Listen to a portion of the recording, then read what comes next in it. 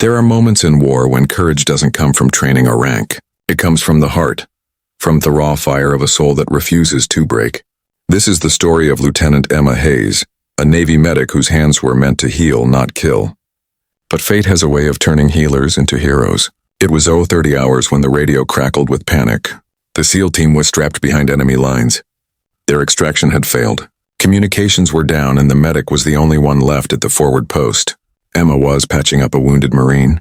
His pulse was faint, his breathing uneven. The sound of gunfire echoed from the valley below, then silence. Complete and terrifying silence. She froze for a second. Her heart pounded. The SEALs were gone quiet. No one goes quiet in a firefight unless something's gone terribly wrong. Hayes, report. The commander's voice broke through the static. Sir, I've lost contact with Alpha Team, she replied, her voice trembling slightly. Stay put, reinforcements are en route. But Sheik knew what that meant. Too late. Reinforcements were hours away and the SEALs had maybe minutes. She looked at the Marine she had just stabilized. His blood-soaked bandages, the pain etched into his face. Then she looked at her medic bag, the one she'd carried through every mission, the one that defined her, and she made her choice.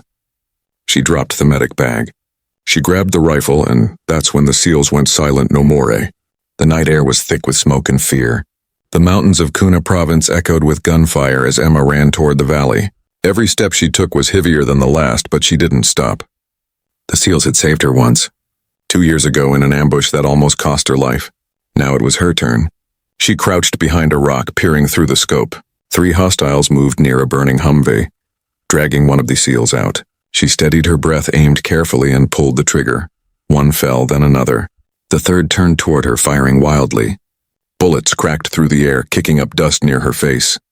She rolled to the side, gritting her teeth, and fired again. Silence. She sprinted forward, her boots splashing through the mud. The SEAL she'd seen, Chief Daniels, lay motionless. She ripped open his vest, pressed her hand to his chest, and felt a faint heartbeat. You're not dying today, she whispered. A bullet struck the dirt beside her. She ducked, dragging Daniels behind a fallen log. Her training kicked in. Pressure on the wound, bandage tight. Keep him breathing. But her hand shook, adrenaline roaring in her veins.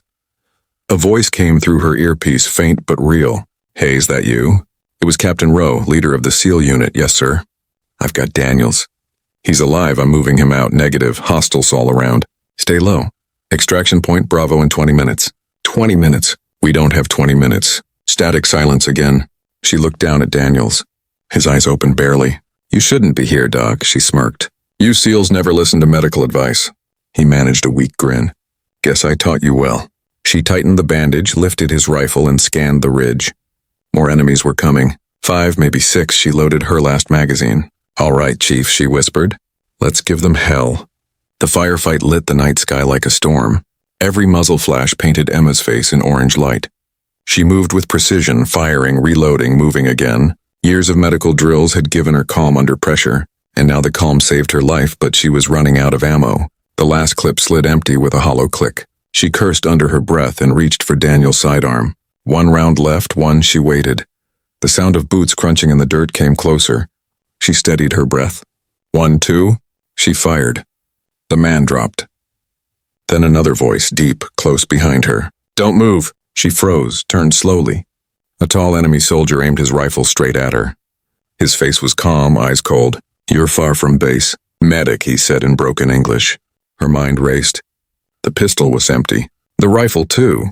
She had nothing except the scalpel in her vest. Hess stepped closer, smirking. No one coming for you. She smiled faintly. You sure about that? A shot rang out, not hers. The man collapsed. Emma turned. It was Captain Rowe, limping, covered in dust and blood. Thought you could start the party without us, he said, his voice raw but alive.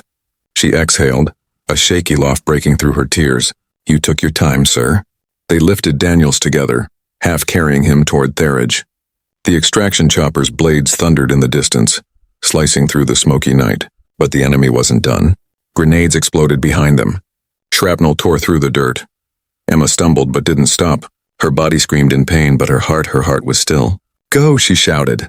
I'll cover you. Negative, Rowe barked. That's an order. I said go, she yelled. Get him out. Before he could argue, she turned and ran toward the line of fire. Her rifle was jammed, but she didn't care. She grabbed a fallen soldier's weapon, dove behind a burning jeep and unleashed hell. The night swallowed her figure, a single silhouette against the firelight. When the chopper lifted off, Roe looked down through the open ramp. Hess saw her, Emma Hayes, still fighting, her hair whipping in the wind, her body moving like a shadow in the flames.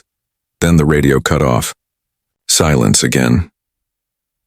Hours later, as dawn broke over the valley, a patrol unit returned to the battlefield. Bodies everywhere, smoke arising, the world looked dead.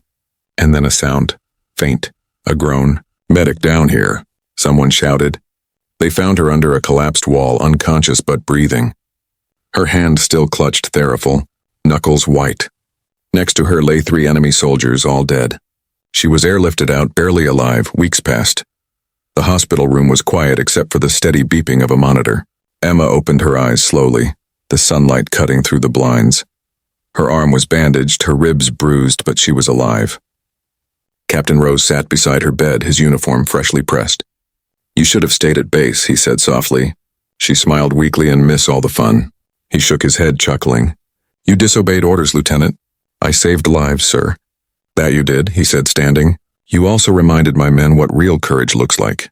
He placed something on her bedside table, a small battered rifle tag engraved with her name. "Your weapon," he said. "You dropped it when we found you. Thought you might want it back." She looked at it for a long time, eyes glistening. "It wasn't the weapon that mattered, sir." He nodded. "No, it was the hands that held it." Months later, when she returned to base, the SEAL stood waiting. Every man in uniform lined up as she walked past, medals shining, eyes respectful. Daniels, now fully recovered, saluted first. "Permission to speak." "Ma'am," he asked. "Granted, you saved us all, Lieutenant. You're one of us now." She blinked back tears. "I'm just a medic, Chief," he smiled. "Not anymore." They handed her a SEAL patch, worn, faded, real. She took it with trembling hands, her throat tight.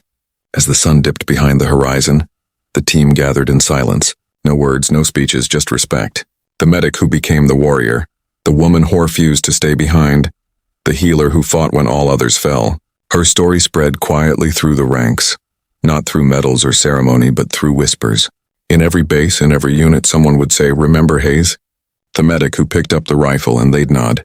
Because some stories don't need glory, they just need to be remembered. And that's why when you hear silence on the battlefield, it's not always fear. Sometimes it's respect. Sometimes it's the sound of heroes being born. Thank you for watching. Don't forget to like, comment, and subscribe to States of History, where real stories of courage live forever.